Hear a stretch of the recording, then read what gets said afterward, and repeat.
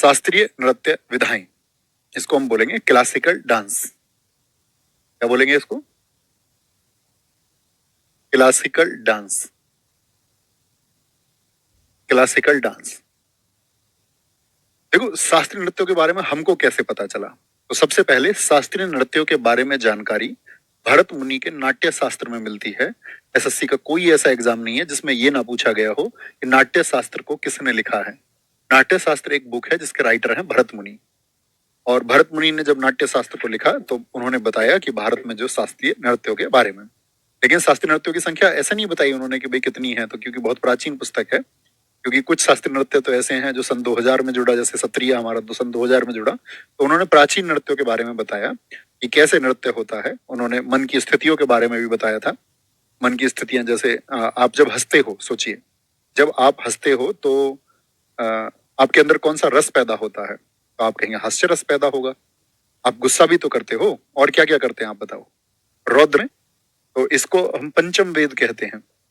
History में आप पढ़ोगे भारत के इतिहास में कि जो वेदों की संख्या कितनी है। देखो, वेदों की संख्या 5 मत लिख देना कि भैया ने पंचम वेद बताया था। तो आप कहेंगे वेदों की संख्या तो 4 है।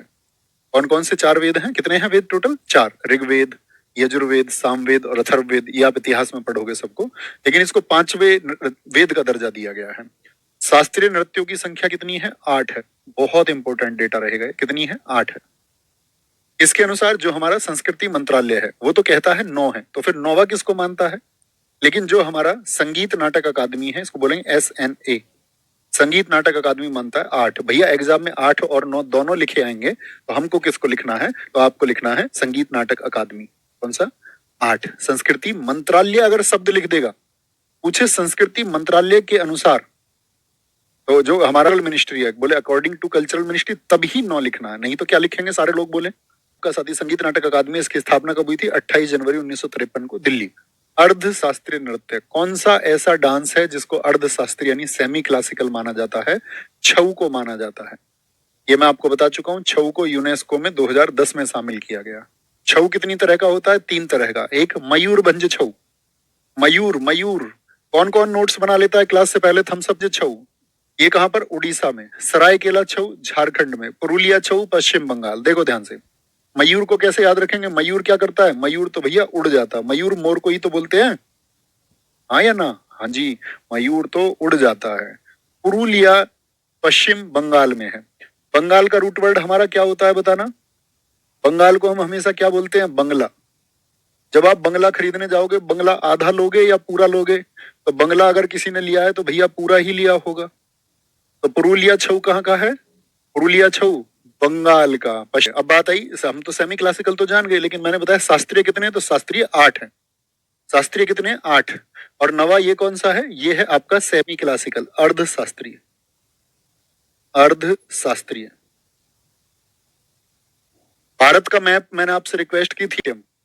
एक है भरतनाट्यम, ओडिसी, मणिपुरी, कुचिपुड़ी, कथक, कथकली, मोहिनी अट्टम और सत्रिया।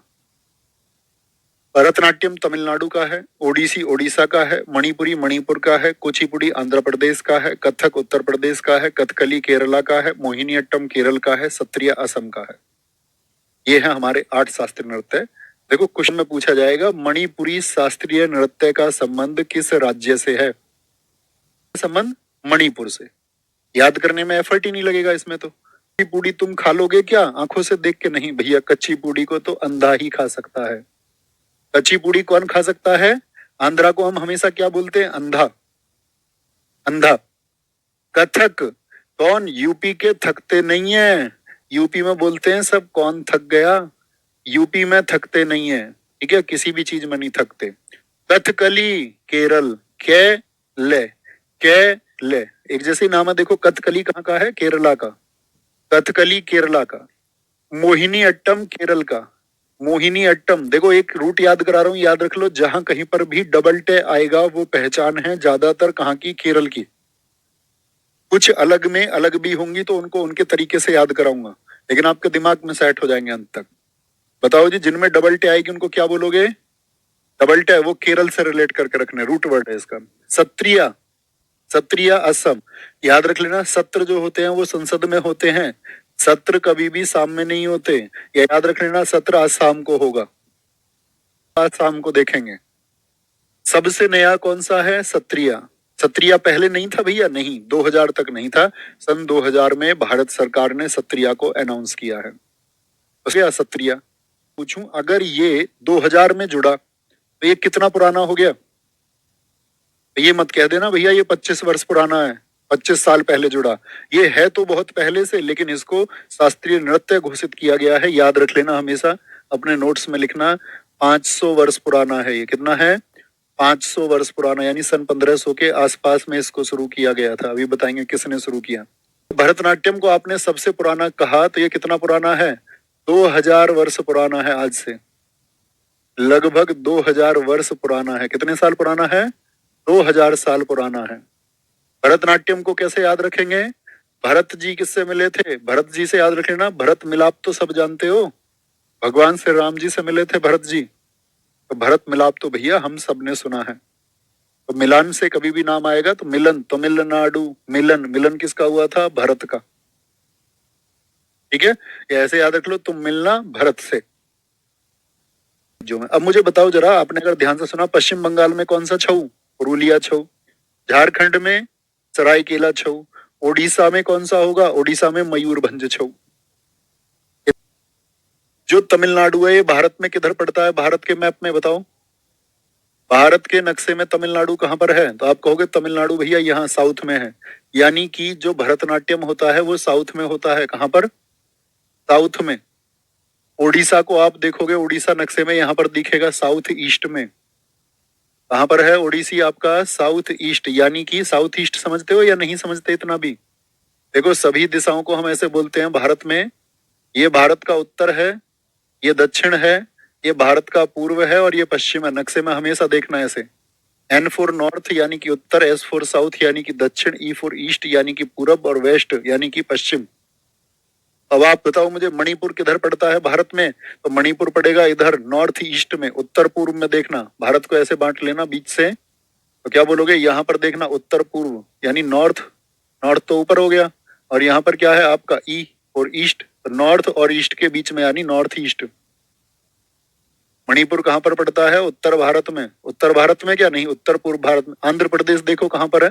आंध्र प्रदेश नक्शे में दिखाई देगा यहाँ पर। आंध्र प्रदेश कहाँ पर पड़ेगा? यानी साउथ इंडिया में अभी है, साउथ में। उत्तर प्रदेश, इसका तो नाम ही उत्तर है, तो ये कहाँ पर है? नॉर्थ इंडिया में। केरल कहाँ पर है? केरल यहाँ पर है। केरल क्या बोलोगे? ये साउथ में है। केरल ये कहाँ पर है? ये साउथ में है। असम कहाँ पर पड़ता है? असम देखोगे तो यहाँ पर नॉर्थ ईस्ट में। असम कहाँ पर है? नॉर्थ ईस्ट में। अब ध्यान से देखना मेरी बात को। क्या वह कौन से शास्त्रीय नृत्य हैं जो एक राज्य से संबंध रखते हैं? राज्य है जिसमें 2 शास्त्रीय नृत्य हैं, बताओ जरा फटाफट से। कौन कौन से भैया? कथकली और मोहिनी अट्टम। यानी इसके रूट वर्ड हमने याद कर लिए, कली और अट्टम। बहुत जगह आएंगे स्टैटिक जीके में, कली और अट्टम, कली और अट्टम, हमेशा केरल। ठीक है, अच्छा एक क्वेश्चन हो गया, याद रखोगे ना, हमेशा दिमाग में, एग्जाम में बहुत पूछता है ऐसे का, ऐसे एक दिशा पूछ लेता है कि ओडिसी नृत्य भारत में किस किस क्षेत्र में किया जाता है? 4 ऑप्शन देगा, दक्षिण में, उत्तर पूर्व में, दक्षिण पूर्व में, या फिर आपका दक्षिण में। तो कहां पर किया जाता है ओडिसी? देखिए, दक्षिण पूर्व में। दक्षिण पूर्व में। अच्छा मुझे बताइए, इतने क्लासिकल डांस हैं जो दक्षिण भारत से संबंध रखते हैं?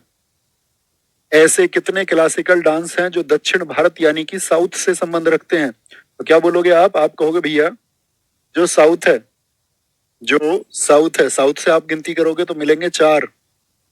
ऐसे कितने हैं जो नॉर्थ ईस्ट के, उत्तर पूर्व के हैं? 2। 2। साउथ ईस्ट के कितने हैं? 1। कौन सा? ओडिसी।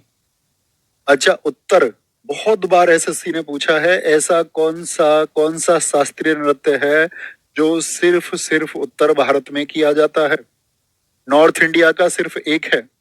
और कहाँ पे होगा ये? नॉर्थ इंडिया में। देखना जरा, उत्तर प्रदेश। तो भैया नॉर्थ में उत्तर प्रदेश के अलावा भी कहीं पर होता है? राजस्थान के कुछ क्षेत्रों में भी होता है। किन क्षेत्रों में होता है बताओ? उत्तर प्रदेश के अलावा कहां पर? राजस्थान के कुछ क्षेत्रों में भी। राजस्थान के कुछ क्षेत्रों में होता है।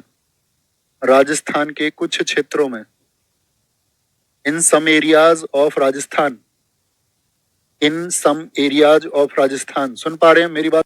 भरतनाट्यम कहाँ का है बताते चलना, जब जिसका नाम आए तो बताते चलना भरतनाट्यम कहाँ का है।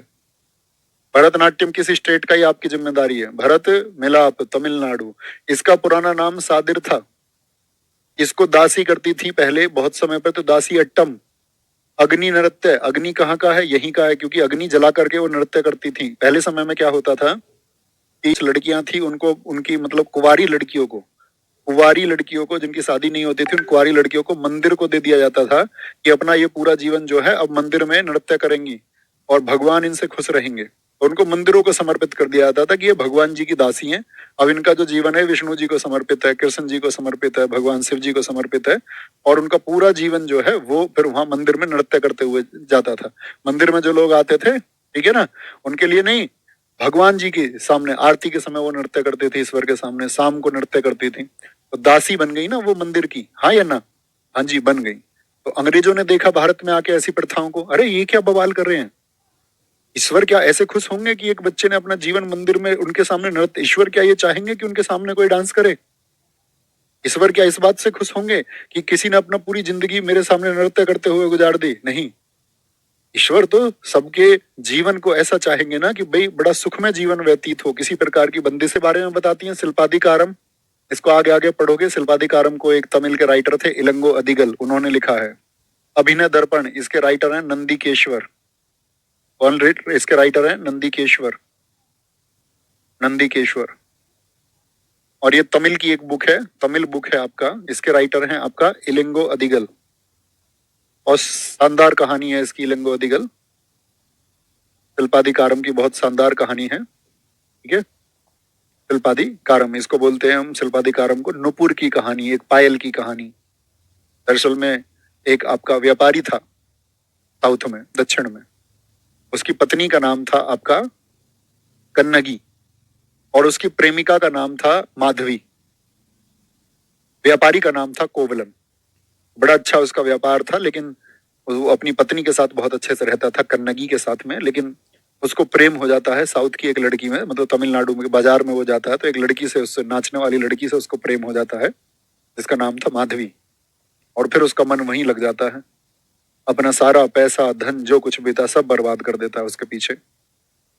और जब सब कुछ लुट जाता है उसका, तो वापस अपनी पत्नी के पास आकर के अपनी पत्नी को कहानी सुनाता है, कहता है कि मुझसे तो जो है इस तरह से भूल हुई और मैं पश्चाताप करना चाहता हूँ। उसकी पत्नी के पास भी अब ज्यादा कुछ नहीं बचा था देने को, तो उसकी पत्नी ने क्या कहा, अपनी एक पायल, पैर की पायल, क्योंकि वो भी आपका उस समय मतलब वो पहले सेठ था, अच्छा व्यापार था उसका, तो वो पायल भी काफी कीमती थी। तो उस पायल को क्या बोलते हैं जो पैर में पहनी जाती है? नुपुर। तो उसी पायल यानी नुपुर की कहानी है शिल्पाधिकारम। तो उसने वो पायल उसको दी कि भाई तुम इसको बाजार में बेच करके और फिर से अपना जो है कारोबार बढ़ा लो। लेकिन जैसे ही वो बाजार में उसको बेचने गया, तो वहां के जो राजा था उस क्षेत्र का, आप इतिहास में पढ़ोगे अगर सर आपको या मैम आपको कहानी सुनाएंगी तो, नहीं तो हम जब पढ़ाएंगे 2.0 में तब सुनाएंगे आपको कहानी। तो वहां पे क्या हुआ कि आपका जो दक्षिण में चेर चोल पांड्य हैं, वहां पर वो गया बाजार में और रानी की पायल भी खो गई। अब संयोग से ऐसा हुआ कि रानी की जैसी पायल थी ऐसी ही इसकी पत्नी कन्नगी की पायल थी। उधर तो बहुत हल्ला हो रखा था कि भाई रानी की पायल चोरी हो गई है, रानी की पायल चोरी हो गई है। तो सबने क्या किया कि भाई एक काम करो, जब जैसे ही कोई आए इसको बेचने वगैरह के लिए तो उसको पकड़ा जाए। अब ये बेचारा बाजार में पहुंच गया, इसको दबोच लिया। दबोच लिया तो आपका पूछा गया कि भाई कहाँ से पायल आई है तुमसे, तो उसने कहा नहीं, ये तो मेरी पत्नी की पायल है। राजा इतना उदंडी था, वो अपनी रानी के प्रेम में इतना पागल था कि जाते ही मृत्यु दंड सुना दिया उसको कि भाई इसको मृत्यु दंड दे दो। उसकी पत्नी को पता चला कि उसके पति को तो मृत्यु दंड दे दिया गया है। उसने बहुत श्राप दिए उस समय उस साम्राज्य को, और ये कहा कि तुम्हारा जो वंश है ये नष्ट हो जाएगा। और साथ में अपनी दूसरी पायल दिखाई कि ये देखो दूसरी पायल मेरे पास में है। और रानी को बुलाया गया कि दूसरी पायल ये तो इनके पास में है इसकी। तो उस रानी ने भी कहा हाँ ये तो थोड़ा बहुत बारीक अंतर है इसमें, तो ये मेरी पायल नहीं है। राजा ने भी क्षमा मांगी, लेकिन उसने श्राप दे दिया, कहते वो साम्राज्य खत्म हो गया। और दक्षिण में बड़ी पूजा होती है कन्नगी की, आप कभी भी देखेंगे वहां पर जाकर के, तो दक्षिण की जो पार्वती है वो कन्नगी देवी है। उसी व्यापारी की पत्नी को दक्षिण में बहुत पूजा जाता है। तो ये कहानी लिखी है, उसी में उस जो नाचने वाली का वर्णन आया, तो वहां पर वर्णन आता है किसका? भरतनाट्यम का। ठीक है, यह मंदिरों को समर्पित है। मैंने कहा दासी करती थी यहाँ पर, शैव धर्म के विचारों को ये दर्शाता है। शैव का मतलब जो लोग भगवान शिव जी को मानते हैं उनको कहते हैं शैव। अच्छा, जो लोग भगवान विष्णु को मानते हैं उनको क्या कहा जाता है? जो लोग भगवान विष्णु को मानने वाले हैं उनको कहा जाता है वैष्णव। क्या बोलेंगे? उनको वैष्णव कहा जाता है। नृत्य का जो आरंभ होगा, भाई कोई भी डांस शुरू करोगा, भाई नागिन डांस तो है नहीं तुम्हारा डीजे का कि कैसे भी जाके कर दो, ये शास्त्रीय है। शास्त्रीय का मतलब इसके स्टेप्स फिक्स हैं कि शुरुआत में कौन सा होगा, तक था, बाद में कौन सा होगा, अंत कहां पर होगा। तो इनके जो स्टेप्स हैं वो आपका फिक्स है। ठीक है, ये ऐसे नहीं है आपकी तरह जाके आपने जाके और सीधे मतलब कुछ भी आप करने लग जाओ, ऐसा नहीं होगा। शास्त्रीय नृत्य का मतलब है उसके जो चरण है वो एकदम से चरणबद्ध तरीके से किया जाएगा। ठीक है। नृत्य का आरंभ आला रिपू से होता है। तो पहला स्टेप कौन सा होता है इसका? आला रिपू। मोस्ट इंपोर्टेंट, एग्जाम्स में बहुत पूछा जाता है। जिस चीज को मैं इंपोर्टेंट लिख दूं उसको भूलना मत कभी भी। एक तो आला रिपू देवताओं को समर्पित है, तो देवताओं का आह्वान किया जाता है कि देवताओं आ जाओ। तिल्लाना अंत होता है इस पर। तो इसका जो शुरुआत है और जो अंत है वो मत भूलना। देखो ऐसे तो इसके बहुत सारे भाग हैं, लेकिन हमको क्या याद रखना है? शुरुआत और अंत। याद कैसे करोगे? भरतनाट्यम में भारत आने के लिए हम सबसे बोलते हैं, नहीं बोलते कि भारत आओ भारत आओ? तो आने में शुरुआत करनी, आवाहन। आ से आवाहन, बुलाना। क्या बोलोगे? इनवोकेशन, किसी को बुलाना। और तिल्लाना यानी कि अंत हो गया। क्या हो गया? अंत हो गया, अंत। तो जब आना तो ये लाना, भारत आना तो ये लाना, आना और लाना। आ से आला रिपु और लाना से तिल्लाना। तिल्लाना को हम कई बार थिल्लाना भी कहते हैं। रिपु जाति स्वरम शब्दम। अब ऐसे याद रखना, भरतनाट्यम था ना ये हमारा, भरतनाट्यम में बार बार आ जाता है, क्या है ये हमारा? भरतनाट्यम। ऐसे याद रखना, देखो यहां लिख देते हैं भरतनाट्यम। भरतनाट्यम में बार बार हमारे पूरे भारत को याद रखो, भारत में आता है क्या? जाति। जाति पे ज्यादा बात होती है हमारे यहाँ, मूर्ख लोग जाति पे ज्यादा बात करते हैं। शब्द, जाति के जैसे शब्द बहुत आते हैं हमारे यहाँ, वर्ण के जैसे शब्द बहुत आते हैं। ठीक है, आ जाति शब्द वर्ण और फिर क्या है? पदम और फिर थिल्लाना। ऐसे कुछ याद करके याद रखें। 6 स्टेप्स हैं, बाकी कहानी नहीं याद रखनी है किसमें क्या होता है क्या नहीं होता है। 6 स्टेप। पहला और अंतिम स्टेप नहीं भूलेंगे। पहला स्टेप कौन सा? आला रिपू। अंतिम कौन सा? अंतिम कौन सा? अंतिम कौन सा? बहुत बढ़िया। नाट्य स्वरूप, नाट्य रूप का स्वरूप पाने वाला भारत का पहला शास्त्रीय नृत्य है। ये तो मैं आपको बता चुका, ये पहला शास्त्रीय नृत्य है। इसमें जब डांस होता है तो एक मुद्रा बनती है, कटका मुख हस्त मुद्रा। एग्जाम में क्वेश्चन आएगा, कटका मुख हस्त मुद्रा का संबंध किससे? भरतनाट्यम से। इसमें 3 उंगलियों को जोड़ करके ओम का प्रतीक बनाया जाता है, ओम का। ओम, ओम का मतलब कौन से ईश्वर को है? ओम बताना जरा। कटका मुख हस्त मुद्रा, हस्त मतलब हाथ, हाथ से एक मुद्रा बनाई जाती है। ठीक है, जो कैसी होती है? ओम की जैसी। ओम कौन से भगवान जी के लिए है? ओम भैया भगवान शिव के लिए। तो बताया ना आपको यहाँ पर कि ये शैव धर्म के विचारों की प्रस्तुति है, इसीलिए क्या बनेगा? ओम। तो शैव धर्म किससे? भरतनाट्यम से। तो ओम कभी भी पूछे कटका हो हस्त मुद्रा, तो हाथ से मुद्रा कहाँ पर? भरतनाट्यम में। नृत्य का अंत तिल्लाना या थिल्लाना पर होता है। नट्टूवार, देखो नाम आया भरतनाट्यम, तो नाट्यम और नट्टू एक जैसे शब्द है या नहीं है? भाई जब कोई नृत्य है तो उसको सिखाने वाला भी तो होगा, एक सिखाने वाला भी होता है। तो ये भरतनाट्यम का शिक्षक होता है, टीचर भी यही है। और जब जिसको टीचर को अपने स्टूडेंट को ये सिखा देता है और स्टूडेंट जब डांस करता है तो उस समय ये कविता बोलता है, कविता। धुन के लिए कर्नाटक संगीत का प्रयोग होता है। कभी भी पूछेगा भरतनाट्यम में कौन सा म्यूजिक? कर्नाटक संगीत। अब भैया ये कर्नाटक संगीत क्या होता है? हिंदुस्तान में 2 तरह के संगीत होते हैं, एक उत्तर भारत का, एक दक्षिण भारत का। उत्तर भारत के संगीत को बोलते हैं हिंदुस्तानी संगीत। कौन सा संगीत होता है नॉर्थ में? हिंदुस्तानी। और दक्षिण भारत में, कर्नाटक कहाँ पर पड़ता है? दक्षिण में। तो कर्नाटक यानी कि दक्षिण से याद रख लेना, कर्नाटक संगीत। और इसमें एकल कलाकार, एकल कलाकार मतलब अकेला कलाकार के द्वारा बहुत सारी भूमिका की जाती है, जिसे एक आहार्य, मतलब एक ही आदमी बहुत सारे आहारियों यानी बहुत सारे एक्ट्स को करके दिखाता है। इसमें बहुत सारे एक्ट्स किसके द्वारा प्ले होते हैं? सिंगल वन के द्वारा, सिंगल वन के द्वारा।